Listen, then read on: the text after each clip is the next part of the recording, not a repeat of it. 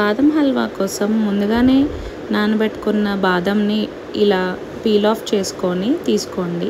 మేము 1 కప్ బాదంని తీసుకున్నాము.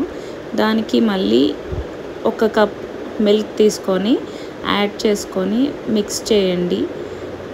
మిక్సర్లో మనకి ఈ పేస్ట్ లాగా వచ్చేలాగా మిక్స్ చేసుకోండి.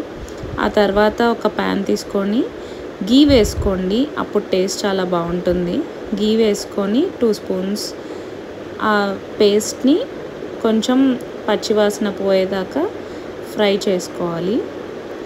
అలా ఫ్రై చేస్తూ ఆ పచ్చివాసన అయిపోయిన తర్వాత మనకి ఫుడ్ కలర్ని లైట్గా ఒక 2 స్పూన్స్ ఆఫ్ మిల్క్లో మిక్స్ చేసుకొని అది మళ్ళీ ఆ పేస్ట్లోని కలిపేయాలి. సో మేము ఇక్కడ yellow కలర్ యూస్ చేసాము బాదం హల్వా కోసం.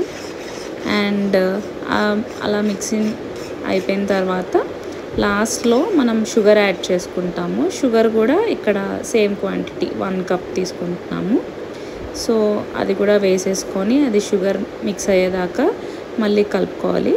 అండ్ గార్నిష్ కోసం మేము మళ్ళీ బాదంని సన్నగా చాప్ చేసుకొని గార్నిష్ చేసుకున్నాము. అంతే, బాదం హల్వా రెడీ.